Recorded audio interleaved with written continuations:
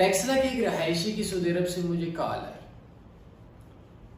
और बोलता है कि मैंने एक्सएम ट्रेडिंग ब्रोकर के अंदर काम किया, $1000 से 7500 बनाया, उन्होंने मेरा अकाउंट बंद कर दिया। मैंने उनकी मिन्नतें तरले किए लेकिन अकाउंट ओपन नहीं किया।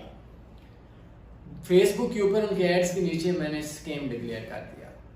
उनको मेरे मोबाइल पे कॉल आई और कॉल करने के बाद उन्होंने मुझे कत्ल की धमकी दी। मैं ना रहा तो उन्होंने मेरी बीवी को कॉल की, पता नहीं नंबर कहाँ से लिया, और मेरे बच्चों की कत्ल की धमकियाँ और अगवा की धमकियाँ दे दी।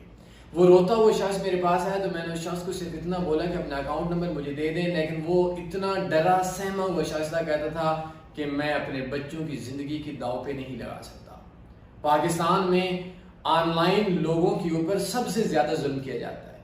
आपसे यही गुजारिश है कि फेसबुक या एड्स के ऊपर या एक ऐसे बंदे को जिसको नहीं जानते उसके कहने पे किसी भी वेबसाइट या कंपनी में इन्वेस्टमेंट ना करें।